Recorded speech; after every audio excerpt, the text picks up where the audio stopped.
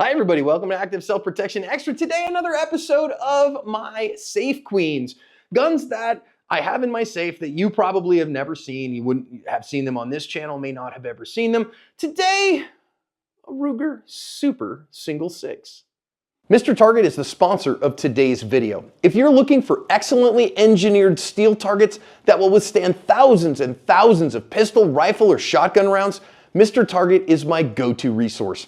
They've got self-sealing rubber targets too, and you can see us use them all the time on the Active Self-Protection Extra YouTube channel. Hit the link in the description to check Mr. Target out and be sure to thank them for sponsoring today's video. Now, this whole series is not that these guns have any practical use or that they are anything other than something that is sitting in my safe for whatever reason it's sitting in my safe, and I've showed you several of them. We have a whole series on the channel. And there's a playlist if you want to watch them all.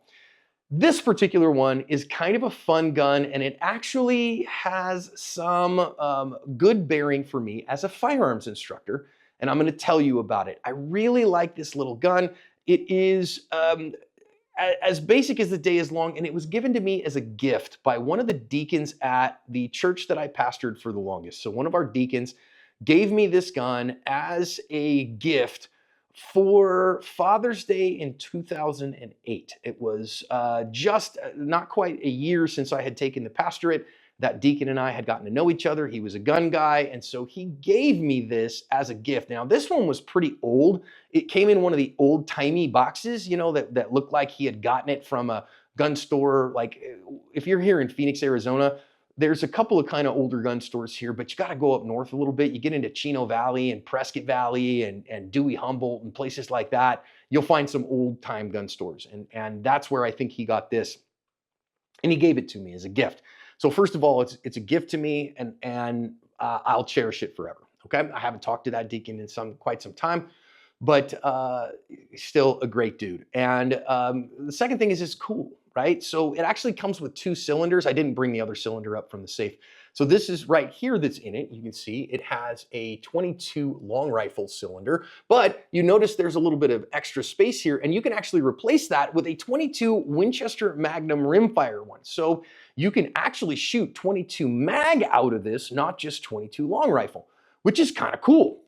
You can actually do some plinking, and it goes pa-chow when you do that. It's got a little bit of pop. It's not super hard to shoot.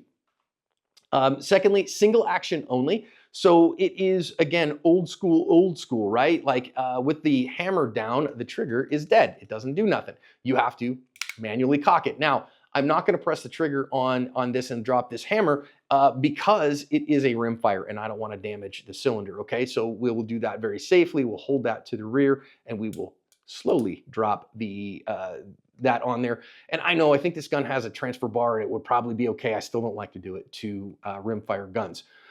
You can see it's got nice bluing, pretty nice stuff on it, and these kind of plastic stocks on it. I know people call these grips. Technically speaking, on a revolver, they're known as stocks. Here's why this is important in my firearms instructor journey. So I told you I got this gun in 2008. I started instructing students in 2011. And for the first couple years of instructing students, I did a lot of basic handgun classes. You know, I became an NRA certified instructor was what I started at. It's where almost everyone starts. And so I started teaching their basics of pistol shooting class to students who had never shot a pistol before, which I still think is a good basic pistol shooting class. I really do. And in that class, a lot of times what we would have is we would have students who came and maybe they'd bring, you know, whatever gun that they had or that their husband had bought them or they had inherited from dad when he passed. And a lot of times they'd be inappropriate. And, or you know, they'd bring a 10 millimeter or something. They'd never shot a gun before, for goodness sakes, even a 9 millimeter. And for people who are not ready for recoil, that can be very difficult for them to deal with. And so I would use this gun because it's heavy and it's single action. So it's a little bit, you know, once you press the trigger, even if they press the trigger and then swept the gun around, at least it couldn't fire again until you pulled the trigger back. So that provided a little extra margin of safety.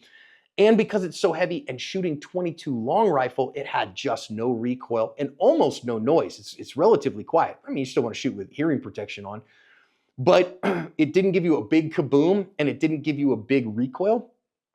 And so this would be the first gun that I set a lot of new students on. Also has, again, a big blacked out notch front sight, or a post front sight, and a notched rear, which is adjustable, but it hits just fine to point and aim the way it is, so I've never adjusted it. So I really like this gun because of what it did for me for brand new shooters, because it would let them just grip the gun, sight the gun, and then a very light, very easy to manipulate trigger. So we would cock the hammer, let them align the sights, 2 hands on the gun, press that trigger, and it doesn't take much so that they don't disturb the sight picture very much, and then the gun goes Pih. And I would always, when I did this with new shooters, is that I would show them first. I'd say, let me show you how this works, and we'd load the cylinder to load this guy. It's a single action revolver, right? So you open the load gate, move this halfway over, put a round in, move it to the next half over, put the round in. When it's time to eject, you actually use this. There's a ejector rod here that then ejects the shell casings out. So I'd load it with one, put that in, okay, ready, pew, and let them hear it, and they go, oh gosh, that guy doesn't even make any noise, John. You're right, why don't you try it a little bit? You ready to try? Yeah, I'd try that, that's not a big deal. Pew, pew, pew, pew. Then we would move them up to, I have another one I'll show you another day, a 357 Magnum, a fairly heavy K-frame that I have that I would load with Super Kitten 38 special, like underloaded 38 special rounds that we hand loaded soft. And so then again, lighter recoil, but let them get used to that. And then we'd move them up into bigger stuff like full power 38s, and then even maybe 357s, and then 9mm. And then by the end of the day, they're shooting no problem because we kind of stepped them into it. So this was a very valuable gun. I don't know. Let's look like we did last time on my last one. I'm on Gunbroker still. Let's see how much these guys are worth right now. I have no idea. So I'm going to look this up right now with you along. Ruger Super Single 6. I wonder how much a Ruger Super Single 6 is right now. A Ruger Super Single 6 convertible 22. Holy Moses, that one's expensive. That's probably closer to the one that I have, $300. You know, an inbox collector though for $300. So maybe 270 is probably not too far from right on that.